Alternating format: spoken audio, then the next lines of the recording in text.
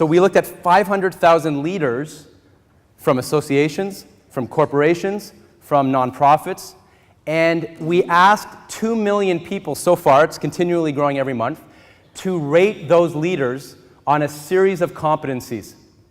And what we found is there was 18 core competencies that the top leaders worldwide across cultures and nationalities shared. And the one trait, the one top trending trait that these leaders had worldwide, of the top 20% of leaders, was something called courageous authenticity. Now, this is what it looks like right at the top.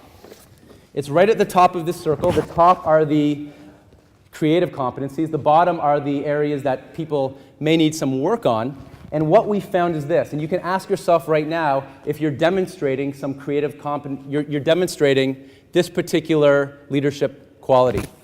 And the questions that we would ask are, do you take tough stands on unpopular issues? Are you the one to bring up undiscussables one-on-one in team meetings when it needs to be said? Do you admit mistakes? And not only admit mistakes in the present, but you admit mistakes with someone you had a falling out with 3 years ago who you still have some type of connection with or acquaintance with at work? Do you openly deal with difficult relationship problems in real time? Do you give whole and direct feedback in real time and not let it fester and people not know where they stand? And do you share personal feelings and vulnerabilities in situations that come up with your team? And if you're answering sometimes to many times, then that would be a creative competency that you share with leaders who are scoring quite highly in the study that we did. The good news is, if you're not doing this, most leaders don't do this. And so you can change this immediately, and it will shift your leadership culture, because we found that leadership culture only shifts with honest and real conversations. We can still be Canadian and be diplomatic and sensitive and compassionate, which we are, but it's just that one little shift is going to impact your leadership culture. What's our next trait? What do you notice about the top of each of these particular signatures? Yes, they're really pointy. Who has a really high, pointy top? It looks like an inverted V or a V shape. Please show me your hands.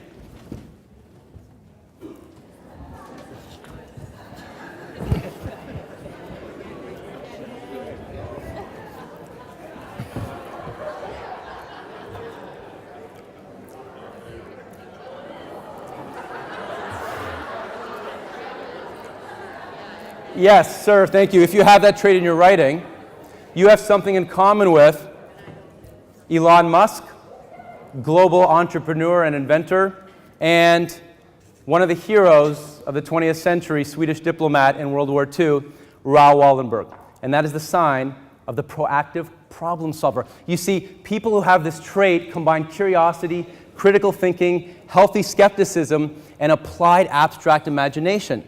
You're the kind of person who, in a team meeting, instantly has an answer, and you're thinking about it in 7 different directions. You're very quick to build data like an investigative reporter. Now, is this always a strength? It is most of the time. It's a brilliant trait, but it could become a liability if you cut people off, you interrupt them, because this is the person at the meeting. Yeah, I know that. Just get to the point. I know. I've already thought of that. Okay, stop. I know I'm not interrupting you. I'm not interrupting you, but I'm not interrupting you.